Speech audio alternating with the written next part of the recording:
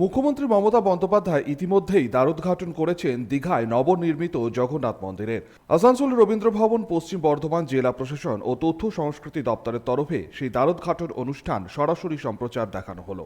দুপুরের এই অনুষ্ঠানে উপস্থিত ছিলেন রানীগঞ্জের বিধায়ক তাপস বন্দ্যোপাধ্যায়, রাজ্য সম্পাদক ভি শিবদাসন দাসু, পশ্চিম বর্ধমান জেলা পরিষদের সভাধিপতি বিশ্বনাথ বাউরি, সহসভাপতি বিষ্ণুদেব ননিয়া সহ অন্যান্যরা।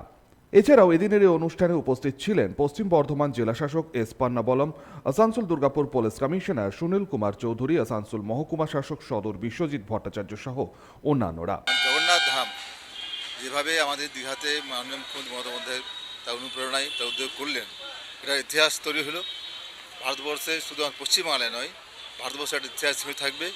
এবং আজকে বহু মানুষ আজ সেই জায়গায় যাবেন, জগন্নাথ ধামে গিয়ে দর্শন করবেন। এবং আমাদের মনে করি যেভাবে জায়গা ওখানে আমার ফাঁকা জায়গা আছে সমুদ্র তটে, আগামী দিনে অনেক বেশি আর্থিক ডেভেলপমেন্ট হবে, অনেক মানুষ কাজকর্ম পাবে, ব্যবসা ভালো হবে, মানুষ এখানে আনন্দ করতে যাবেন, পর্যটন কেন্দ্র একটা ভালো গড়ে উঠবে। আমরা এটুকু আশা করি। সেই জন্য মাননীয় মুখ্যমন্ত্রী মমতা বন্দ্যোপাধ্যায়কে আমরা অনেক ধন্যবাদ জানাবো। বাংলার মানুষ আজকে কৃতজ্ঞ, এর একজন মুখ্যমন্ত্রী পেয়েছেন যিনি আজকে বাংলাকে কিন্তু ভারতবর্ষের উপরেও নিয়ে চলে গিয়েছেন। সঞ্জয় যাদব, 99 নিউজ বাংলা, আসানসোল।